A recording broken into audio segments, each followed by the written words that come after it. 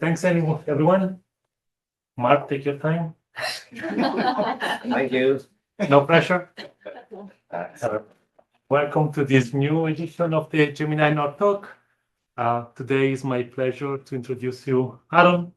Aaron was coming to visit IRTF and CAT and decided, well, why don't stop to Gemini as well, given them doing all the telescopes.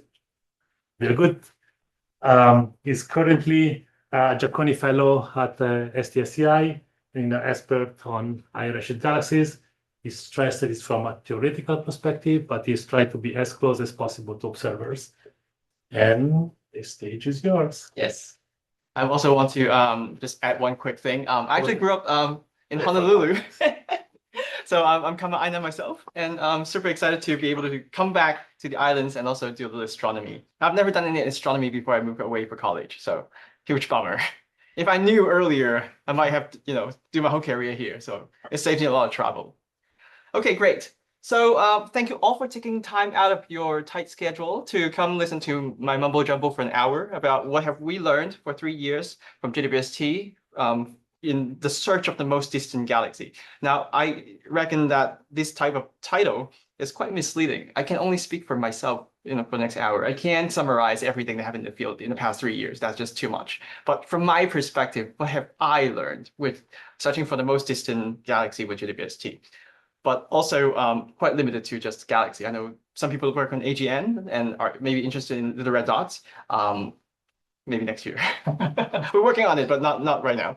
And also I realized that the redshift range I talk about today is considered high even for some JWST people. So take it with a grain of salt. And when I say high redshift, I mean maybe 6 to 10, and I try to advocate for calling whatever beyond redshift 10 ultra high redshift.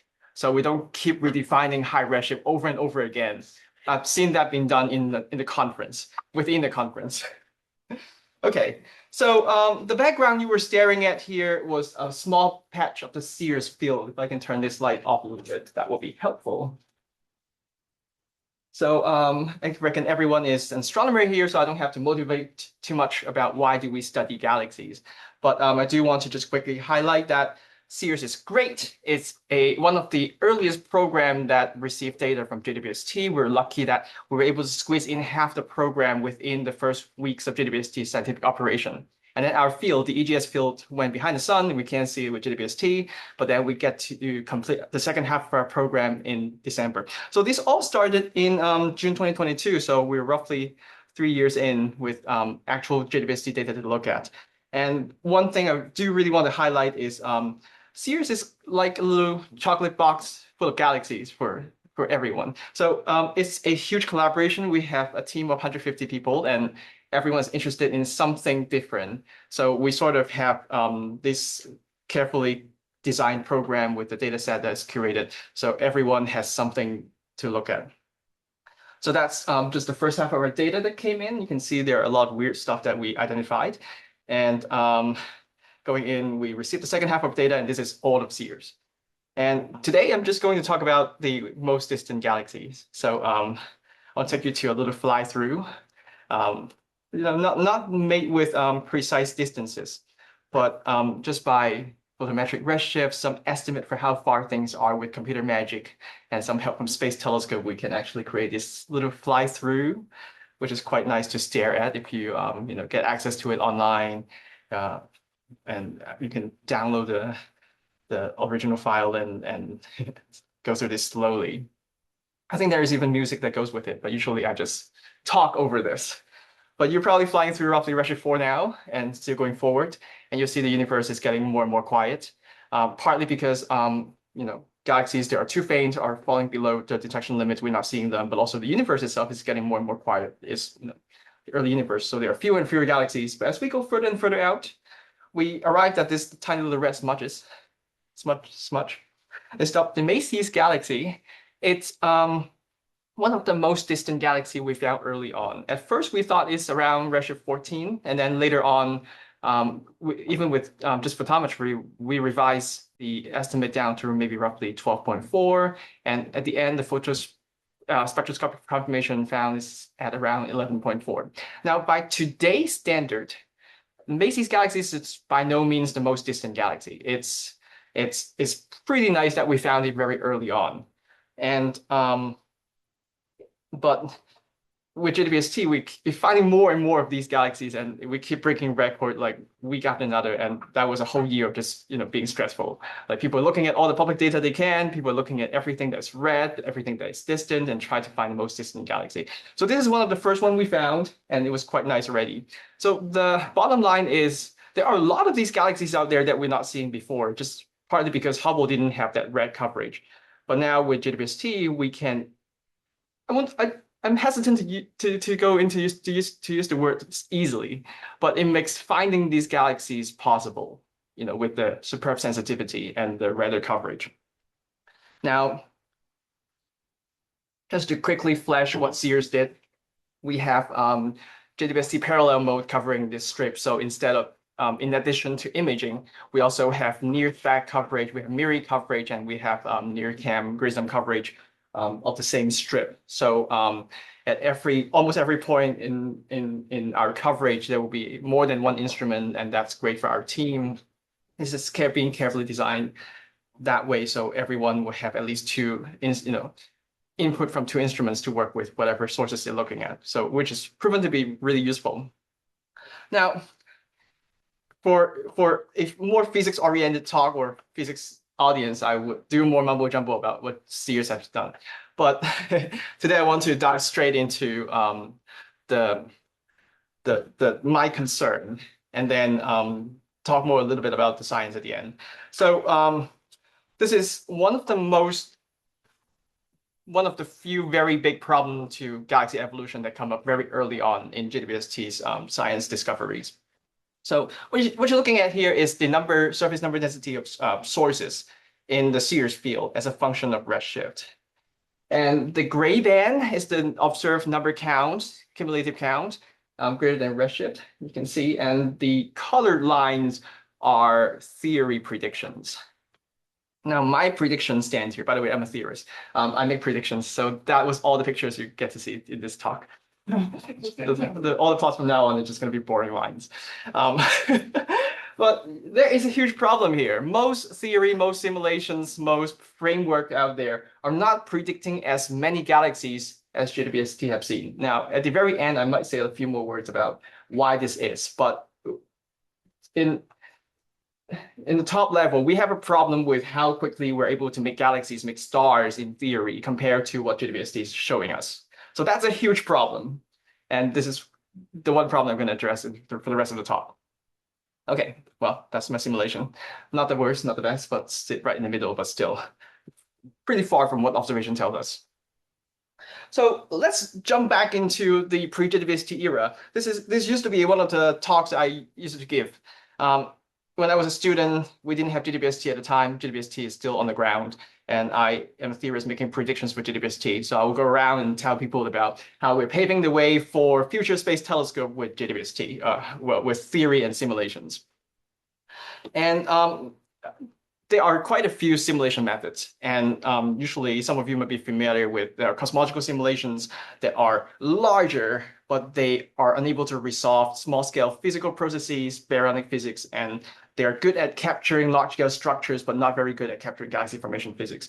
But as we go down the sliding scale and go toward the other side, we have simulations that captures a lot of the glorious physical details in how galaxies form, even the gastrophysics, the gastronomy, and all the detail. But these simulations are very, very expensive. We cannot create millions of galaxies using this method over time. So that's an inherent limitation of numerical methods. We can only handle so many number of particles or grid cells at one time, and we can have very high resolution and in very big volume. But to make predictions for JWST, we need both. We kind of need both, especially because galaxies in early universe are both lower mass and rarer. So we need very high resolution and also need very big volume. So here, I would like to introduce another axis to the family of simulations. Besides the numerical methods that we see all the time, there are also other types of modeling methods. As we go from top of the page, the simulations are more expensive with high physical fidelity, but they're also more predictive, but they're very, very expensive. They take millions of CPU hours to run. As we move down toward the bottom of the page, those types of simulation methods are more empirical, meaning that they're designed to match observations. They are more efficient. But they're less predictive. They do not contain a lot of physics. And when we move out of the range where they have observational constraints like lower masses or higher redshift, they become less predictive. So for my work, I used a type of modeling technique called semi-analytic models. So it still sits kind of toward the top of the page. It's still kind of physical. You will see in a moment, but also it's a lot more efficient than numerical methods. So we can still easily make predictions for millions of galaxies overnight on a laptop, this sort of stuff, but still have some control over the kind of physical processes that go into the model and what is shaping our galaxies. All right, to give you a taste, this is what the SAM look like as a representation. So the blue boxes there are physical properties of some sort. Either we take it as input or things we predict. The yellow boxes are processes that we track. Usually they come in the form of differential equation or empirical relations. So we start with dark matter halos, and then we track the amount of hot gas in there. That's easy. You just multiply that by the Brownian fraction, and you get the amount of hot gas inside a halo. From there, we use multiple cooling mechanisms to track how hot gas are able to cool into cold gas. And from there, cold gas is being partitioned into multiple species of hydrogen. And from there, we can track star formation rate inside the galaxy. Now, with star formation rate, we can also track AGN stellar feedback, and that will reheat some of the cold gas and eject some of the gas all the way to leaving the halo. And some of the gas will, at some point, retreat back as hot gas, and so on and so forth. So we track several feedback mechanisms like that. And with star formation rate being tracked, we can also, over time, recover the whole star formation history of individual galaxies. And from there, we can use the star formation history to couple that with synthetic stellar SED, and we can use these composite synthetic SEDs to make predictions for observed luminosity, like JWST bands or your favorite instrument bands. So that's something we do. When we zoom out, you also see that on the right-hand side, there's a black hole component to things. So we do have AGN in our predictions. This implementation is first put in 2008, and it's a little dated. I've done a little paper on just capturing its current stage, but at beyond redshift 5, at higher redshift, this current model is not good at capturing how black holes are seeded and have been growth.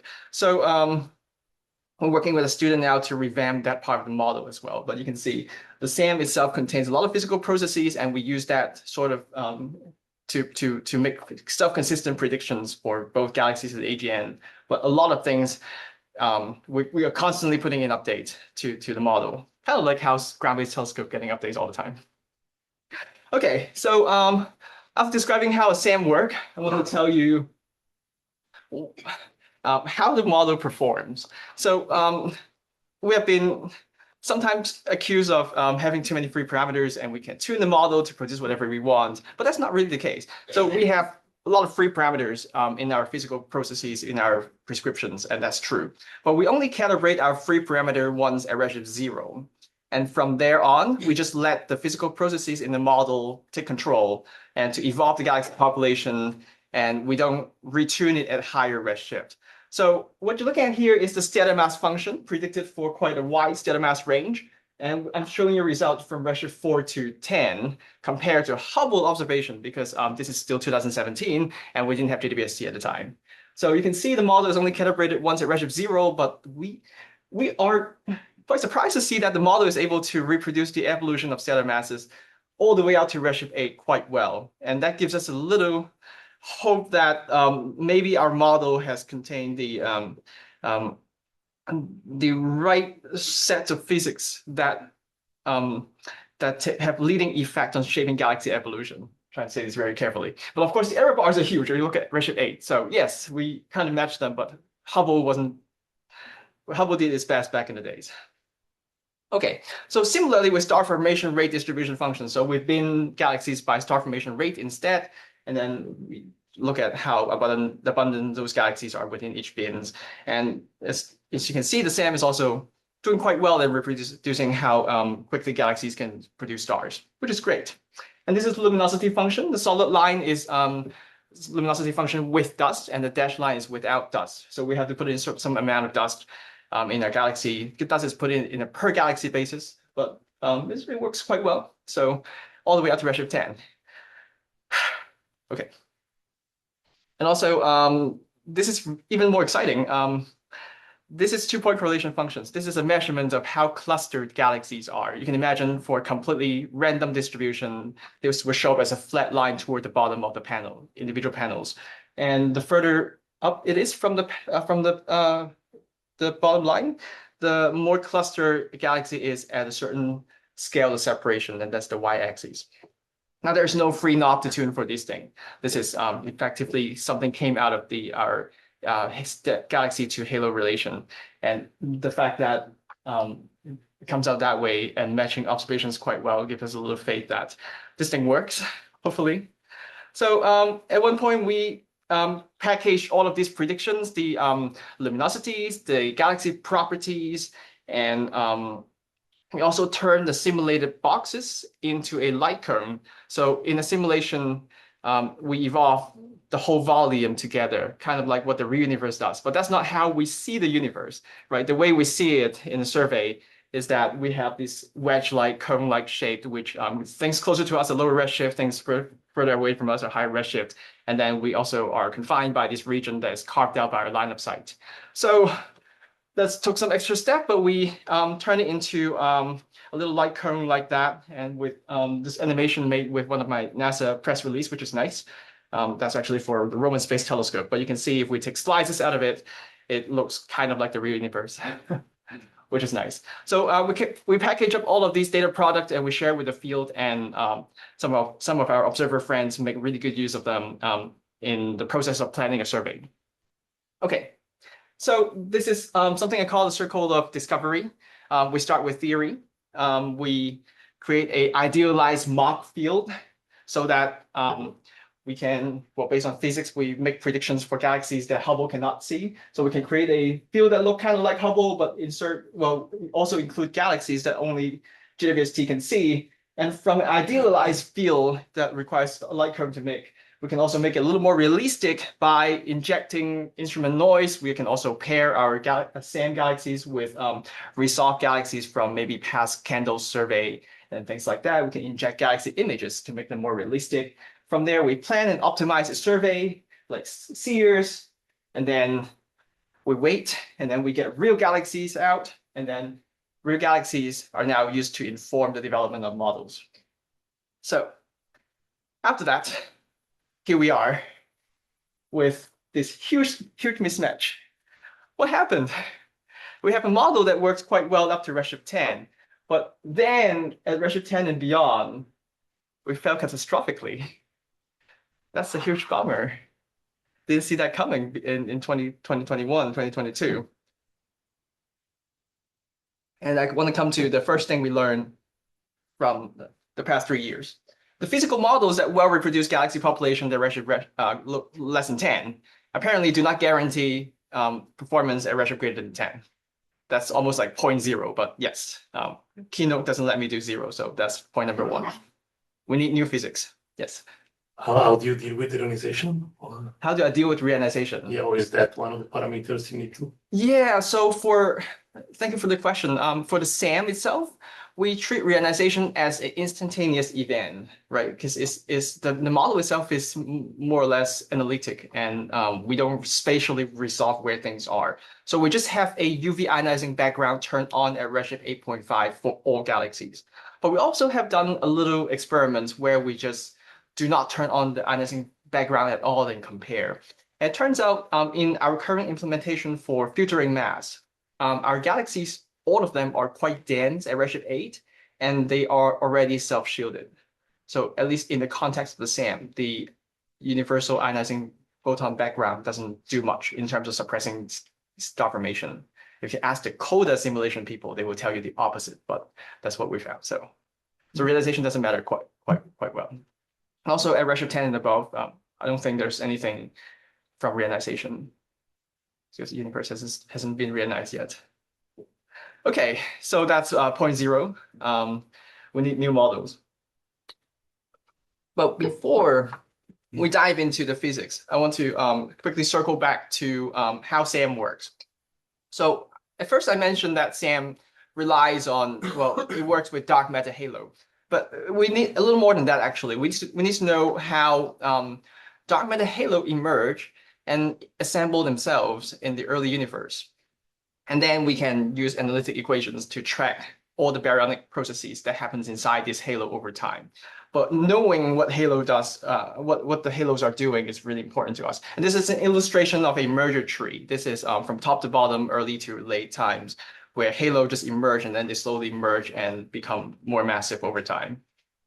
Now, we need merger trees, and these are some of the state-of-the-art dark matter-only cosmological simulations we had in the past. VSMDPL and Bolshoi-Plonk, they are both from the multi-dark suite. And then there's also illustrious TNG that you might have heard a lot from Galaxy's evolution. Each vertical line represents a time that we have snapshots to work with, or the simulation has been saved so that we have something to look at in post-processing. Now, the problem with modeling very early galaxy, the Redshift 15 and beyond, is that we need a lot of snapshots to build the merger history of those Redshift 18 halo. We don't just need the Redshift 15 population, but we also need all of their progenitor, their merger history before we can model them. Now, with illustrious TNG, we are pretty hopeless, right? Because there's 2 snapshots at Redshift 15 and above. Bolshoi-Plonk, maybe a little better, but we still not going far back enough. But these MDPL might seem to produce the right number of snapshots for us to use. But the problem is VSMDPL doesn't have the mass resolution. It only resolves halos down to about 10 to the 10th solar mass. And for our Redshift 15 galaxies, the halo they lived in and their progenitor halos go much lower mass than that. So none of these simulations is useful to me. And I took matter to my own hands and created a suite of simulations called GRAPT. It stands for Gadget at Ultra High Redshift with extra fine time steps. There's no new physics in there, just dark matter, just gravity. But I solved this with a bunch of storage. Instead of storing just 60 snapshots, I store 171 snapshots between Redshift 40 and 6. And now we have full information about how halo emerge over time. We're storing snapshots, 10 snapshots per dynamical time. So this is very dense and also denser at early times. So we can actually pinpoint exactly when a merger happened, and then how often they happened and how a halo grow over time. And imagine if the snapshots are too sparse, then halos will merge 5 ways, 6 ways, or 10 ways. Things become jumpy, and that's not informative, not physical. Sure, this is pure embodied dark matter only. Yeah, this dark matter only. So resolution is another thing. So Bolshoi-Plonk cut off at about 10 to the 10th. But as I mentioned earlier, we can do both simulation. We can do both large volume and high resolution at the same time. So for graph, we did 4 separate boxes, gradually step up in resolution and then go down in volume. And then the idea is to extract merger history that we learn from these boxes and then stitch them together. You know, the gardening technique, grafting, grafting, grafting. That means you take a branch from a different species, you stick it into a different tree or branch, and then the branch will keep growing. So this is the same idea. We can grab branches out of the high resolution box, stick them into the bigger boxes, and then do the same over and over again so that we have very, very high resolution merger trees for halos that are really massive and rare that only exist in the bigger boxes. And that gives us the merger trees I need to model very early galaxies in the very early universe. Now, just to show you, if I keep the same model, same SAM, same physics, without changing anything, just changing the merger trees, what's the impact? So here are a bunch of luminosity functions. It's a little small to look at, so let me walk you through the lines. The cyan lines, a pair of them, are merger trees from the past. We use extended press structure, which is a mathematical mechanism that just builds merger trees, assuming cosmic average density, assuming a few other things. And they're not great for what we wanted to do. And the solid line is without dust, the dashed line is with dust. That's the difference. And once the purple lines are the output from SAM running on the graph merger trees. And again, the solid line is without dust, the dashed line is with dust. So you can see with the same physics, well, physics prescription for how stars can form within halos, within galaxies, just by switching over from old merger trees to the graph merger trees, we already see a huge jump in number count. And the difference is even more pronounced at earlier times, at earlier redshift. Now, this is very exciting. What we think happening here is that the underlying merger trees being improved means that we are capturing galaxy-galaxy mergers better, and galaxy-galaxy mergers can induce starburst. So with that, galaxies are, well, our model is, even the model is the same. We're making more galaxies, making galaxies more efficiently, making stars more efficiently because of all the extra merger activities, which is nice. So you can see our model is actually capable of producing, reproducing the observed galaxy population out to redshift 12, which is a little improved from before. Before we are good up to redshift 10-ish, and then we are falling short at redshift 10 and above. But in fact, we can do it with the right merger tree, if you think graph is capturing things right. And then at redshift 14, we start to fall below. We start to hit the low end of the observational constraints. And redshift 17, we just completely missed it. So for every merger, you have a burst of soft formation that's outside the Schmidt-Kennicott law. Right. So the actual implementation is slightly more messy. So there's a little delay for that. But basically, when galaxy has to first, the halo has to merge first, and then galaxy become a satellite. But when the galaxy actually merge, then we have a separate pilot of gas that scales with the total amount of cold gas there is. But those pilot of gas is allowed to form star in bursty mode, and then they form more. So not the whole galactic disk get affected, but there's a separate, sort of bathtub that forms stars more quickly. And that amount of burstiness is based on the lower redshift measurements, or that's something that's tuned? It's based on the lower redshift measurements, yes. Yeah. And one thing is we try to avoid redshift dependent recipes as much as possible, right? We think the physics should stay the same if we do it right. So this is already really cool. So the second thing we learn is perhaps capturing the underlying dark matter, knowing what they do, how they assemble themselves, can make a huge difference. And that gets us okay up to redshift 12. That's great. Now there are a few more things I want to quickly capture. We quickly wrote a paper after those observations came out, and we tried to point to a few things that are not fully discussed in the early literatures. One thing is cosmic variance. These fields are very, very small. JWST is effectively a pinhole to our distant universe. And you can imagine the field-to-field variance can make a huge difference. So what we did here is we tried to compute the cosmic variance for galaxy at a given redshift and also at a given magnitude. And we come up with these two color bars, the blue bar and the purple bar. And then when we try to add this purple bar back into the regular error bars, it became the gray bar here. So the error bar grow a little bit if we add in cosmic variance. That's the whole point. But so redshift 11 might not seem like a lot for magnitude at minus 19. But if we look at redshift 13 and for UV magnitude at minus 20, the cosmic variance can be quite big by themselves. And if we put them back into the also quite large error bar, the gray bar here, the combined error, basically gives us the upper limit maybe, but it doesn't tell us a lot of things, like, the reported number density from this very small field can vary quite a lot from field to field. So the cosmic variance is the one thing.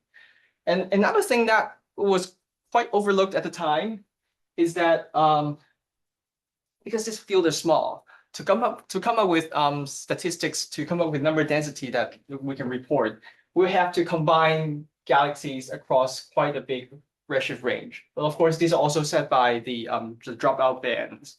So you can see some of these observations, they contain galaxies all the way from redshift 9 to 11.5, or from 9.5 to 12.5. So this is quite a huge redshift range.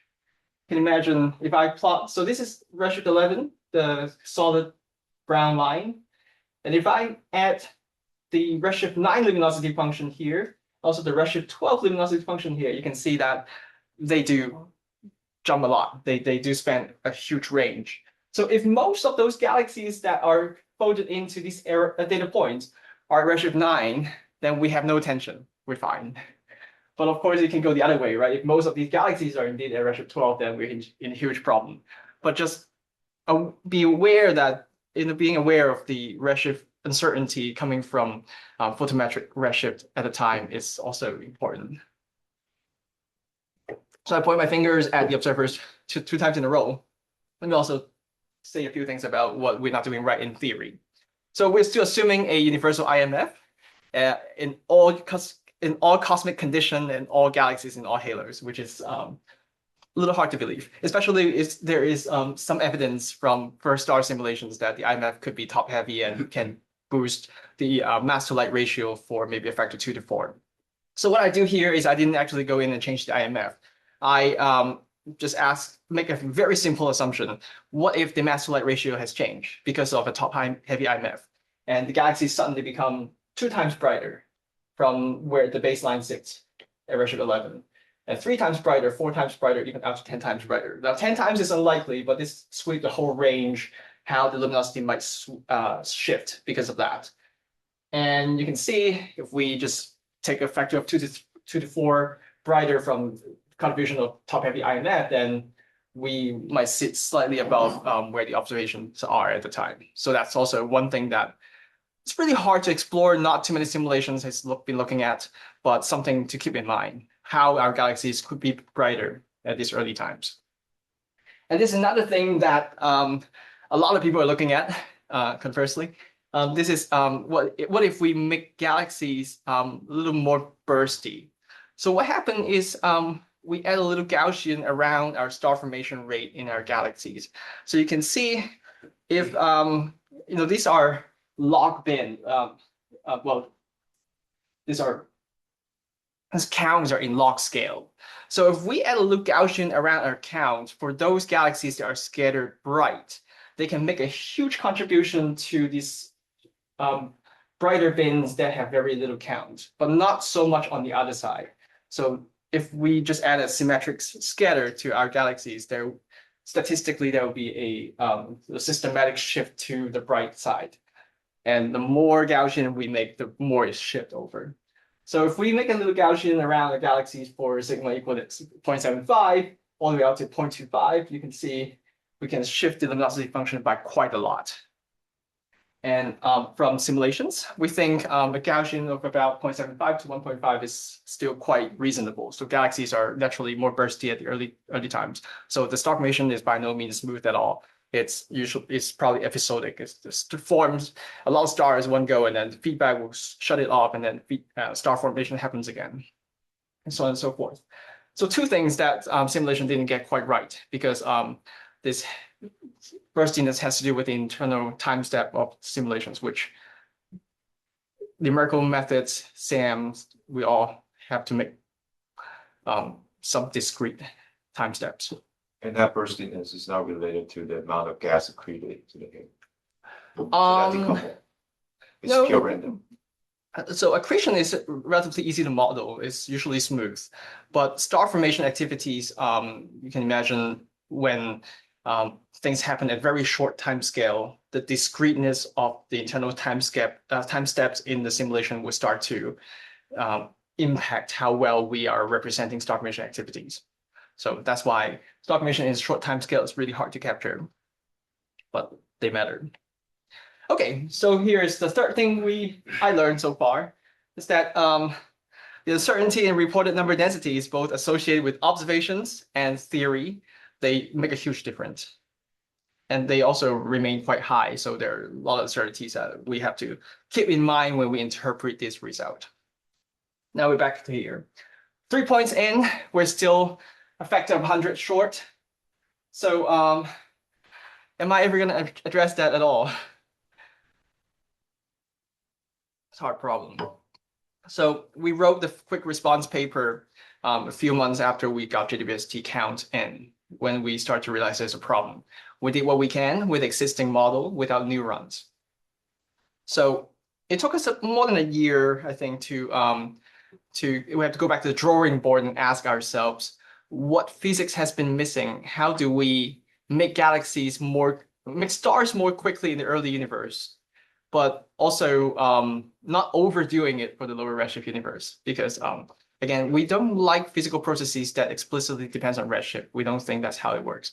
But at the same time, we need to ask ourselves, what is missing and what is especially important in the early universe that we're not currently capturing? Now, one thing is we know star formation can be more efficient inside gas clouds. And we know that from local observations, this gray bar here. So let me just walk you through the first panel. This is star formation efficiency in star forming gas cloud as a function of cloud surface density. So if we have and this bar is from local GMC observation. So you have dense clouds and star formation can be somewhat boosted. You can become more efficient in those environments. And these data points here are from individual star forming cloud simulations. It tells us if hypothetically, if we have gas star forming clouds that are super dense, how more efficient star formation can be in this environment.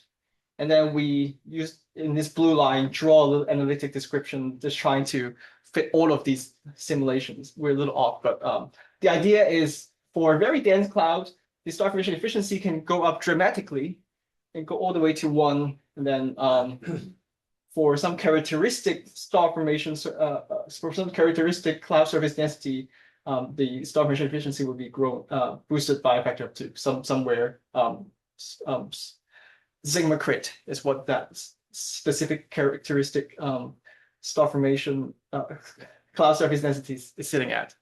Okay, so that's one thing we think is happening. We have a lot of dense clouds in our in our galaxies in the early universe, and we're not capturing this extra boost or modulated star formation efficiency in this environment.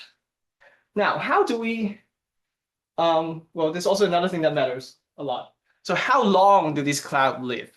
You see, for a very dense cloud, the star formation efficiency is high, but also they can burn out their gas very quickly. They can burn their gas in just a matter of a tenth of mega year, so 100,000 years. And for clouds that are not as dense, then they will live a little longer, right? Star formation rate is only slightly elevated. But how do we incorporate this picture in our very simplistic galaxy formation picture? Now, in the past, we adopt very simple assumptions like the Kennecott-Schmidt law. So we just have a whole disk, and then we ask how dense is the disk? What's the surface density of the disk? And then we scale that to a star formation rate, surface density, using pretty much a linear law. Now we also, in this picture, we assume that this star forming cloud would be slightly denser than the disk itself, like the ambient density of the disk that they sit in. So now we can imagine we have a disk, and then there are some clouds in there. Now the way we model this is we have this extra parameter here called F dense. It stands for the fraction of dense gas, or the fraction of gas that are locked up in dense clouds. So it's essentially, let me give you a few scenarios to picture. If we have F dense equal 1, that means all the gas in the disk has been locked up in dense clouds. So your disk will look like little clumps with nothing in between, which is not very physical, but that's the extreme scenario for us to characterize how much gas is locked up in clouds. So F dense equal 1 is not physical, just clumps. So F dense equal 0.5 maybe. So that means all the clouds will add up to half the gas of the disk. And then everything in between clouds will integrate to another 50% of the gas within the disk, which is still somewhat unphysical, I think. You can imagine this is still very, very clumpy with very little things in between. So what we think is more physical is maybe a scenario of F dense equal 0.1. So the total gas inside dense clouds would add up to 10% of the gas. And then the rest of the disk will integrate to about 90%. So these are the 3 discrete scenarios that we sort of explore when we implement this model. So these 3 parameters. So let me show you what it looks like. this go all the way down to redshift 6, and we didn't put in dust. So they're expected to overshoot from observations at redshift 6. If we put in dust, then it will come down a little bit. The blue line here is our old model, without any boost from dense cloud. And then the three colored lines, the dark color line is cloud FD FDN equal 0.1, so 10% of the gas is in dense cloud. And then the red line is half the gas is in dense cloud. And then the light color orange line is where all the gas is locked up in dense cloud. I should point at the high redshift scenario where they're more distinct. Now, there's one thing I forgot to mention. So the cloud themselves, they are defined relative to the ambient density of the disk. So what happens here is at higher redshift, the disks themselves are denser. So the cloud themselves will also be denser. And as you can see, the cloud star formation efficiency gets boosted quite dramatically for denser environments.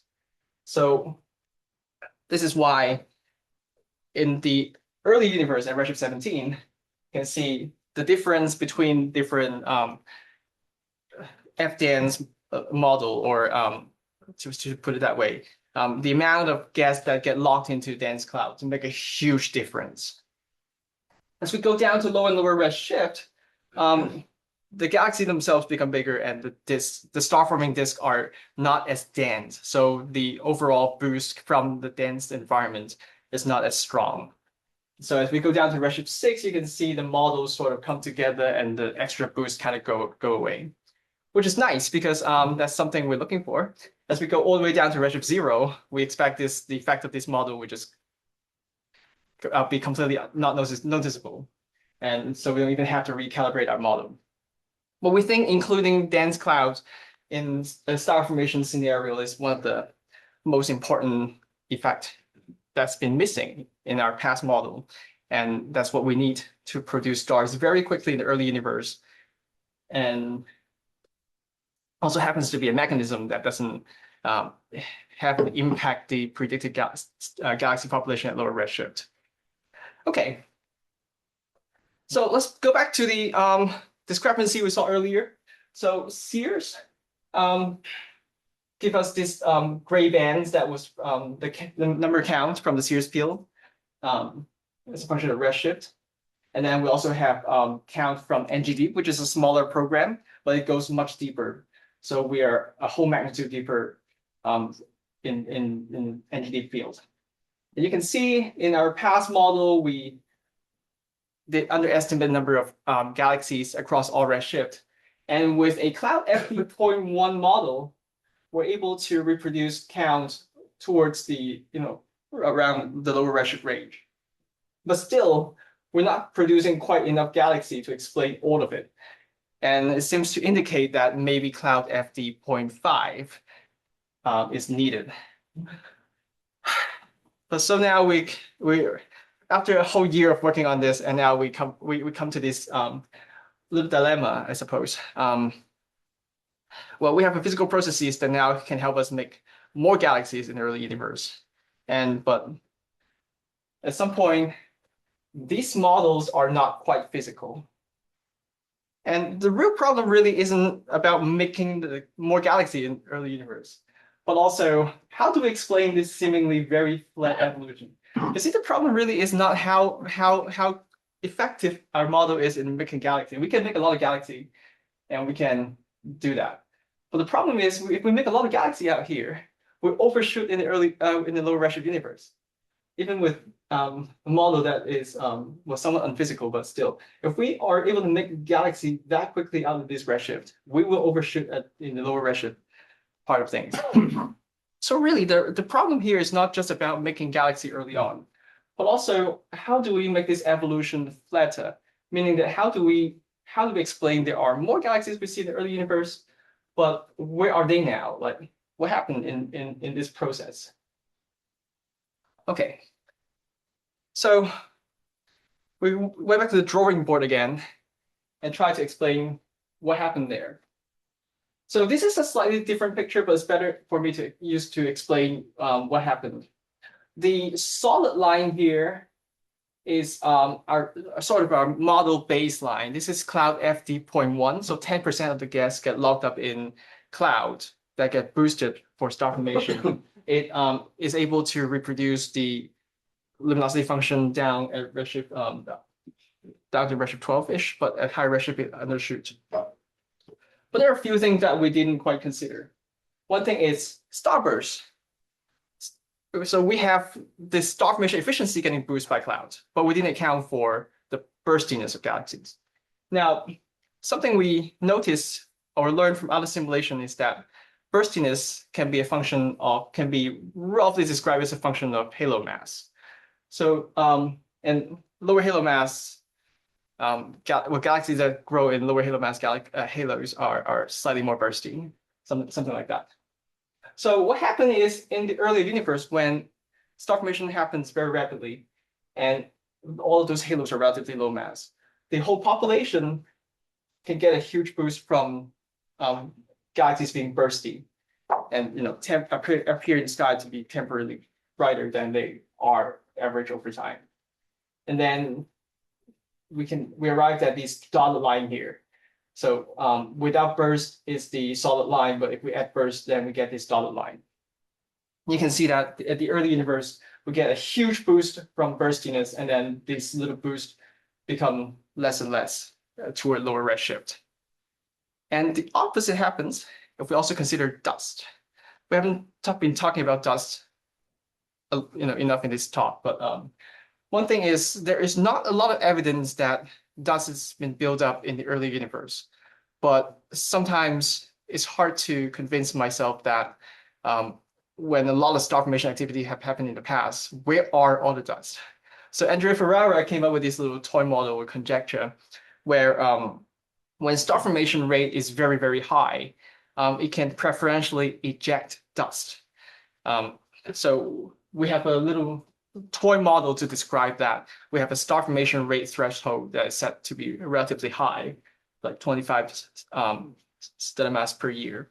So if our galaxy has a star formation rate that is above the threshold, then we gave the galaxy zero attenuation. We just assume all the dust are blown out with that. And then for galaxies that are not as, with not as high of a star formation rate, then we put in a little dust attenuation. As you can see, most galaxy out here has very high star formation rate, and dust attenuation isn't doing much.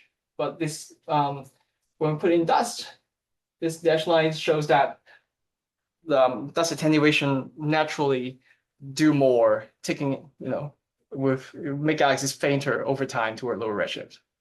Now, if we combine both the little bursty star formation and dust attenuation, we get this solid, thicker red line. And now we're onto something. Now we have a little handle to explain the seemingly flat evolution number count. So it turns out we need both bursty star formation at the early universe to boost the number count of bright galaxies, but also over time with a little less burst and also a growing dust attenuation effect to get to the seemingly flat evolution. And perhaps this is the last thing we learned so far with this. We need to update our star formation recipe. We need ways to make make stars more rapidly in the early universe. But that alone isn't enough to explain the seemingly flat evolution in number count. We also need to account for burstiness and dust attenuation among the whole galaxy population. Altogether, we now have a little story to tell about what is missing in our galaxy formation theory and what needs to be considered to explain the JWST observed number count of very, very bright galaxies. So I'm 50 minutes in. I should stop and take questions.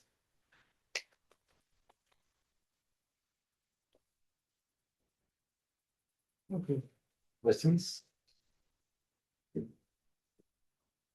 I have one.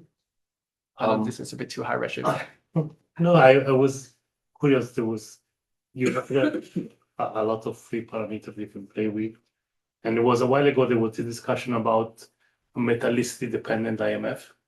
And I always wonder if that, it's the universe clearly is less meta-rich at the beginning. It could be. So, But well, I will rephrase my question. How can you detect, given the number of free parameter you have in the hierarchy universe, you pick up two as potential, but there are actually almost infinite possibilities? yeah. So there are a few things that we sort of came up with to test what we come up with. The thing is, right now, the only constraint we have is just number counts, right? With luminosity function, with accumulated counts, that's just one thing. But if we have actual matter measurements, like, detect a few lines, maybe line ratios, ratio 15, 12 maybe, then we'll have a better handle of what those galaxies are, what their physical nature is, and other things. So yeah, we did put in a relatively big proposal for cycle 5, but if God forbid, if it gets approved, then we'll have things to test our model against. But the spectra you currently have are not sufficient? Yeah, right now I think we're not going deep enough, even with NGDeep. And also NGDeep is relatively small. But to go back to your question, there are also other things that would affect star formation rate. And in our very relatively simplistic picture, those are all folded into the star formation efficiency. So our star formation efficiency is, to the first order, determined by how dense the disk is. And by extension, now we also have clouds within, right? But so if metallicity does make a huge difference, then that's something we have to put in or revisit in the future. So now we have some metal dependence, but not a whole lot. Well, yeah. Thank you. Building off of Emma's question, so it seems like there's a lot of degeneracies here. And it's I'm curious if you can put out predictions for like the mass metallicity relation or the fraction of gas encased in the clumps as observed, or stellar mass functions given these different prescriptions, and then in future observations can then test against these. We have stellar mass function, and but measuring stellar mass is really hard for these redshift. We also easily can provide predictions for gas mass. We have that. But I think measuring gas mass at these redshift is also a little hopeless, even with ALMA. It's just very difficult. Metallicity and emission line is the next thing that I'm going to tackle. So we have a little mechanism that can produce predictions for emission lines with collaborator McKenna Hirschman. So we account for the amount of young stars, black hole accretion rate in the center of galaxies, and also post-AGB stars. And from there, I will soon revisit the metallicity predictions and connect them to lines so that we can test them with JWST. But yeah, currently the metallicity predictions are a little off that we're aware of. Yeah. Cool. So I'll be around all afternoon. If you're interested, come find me. Is in office 309. 309, yes. And you're going out for lunch? Well, we're just hanging out. Yeah. Just a sandwich. Yes. I think we'll have lunch here on the line. Okay. Great. One last question.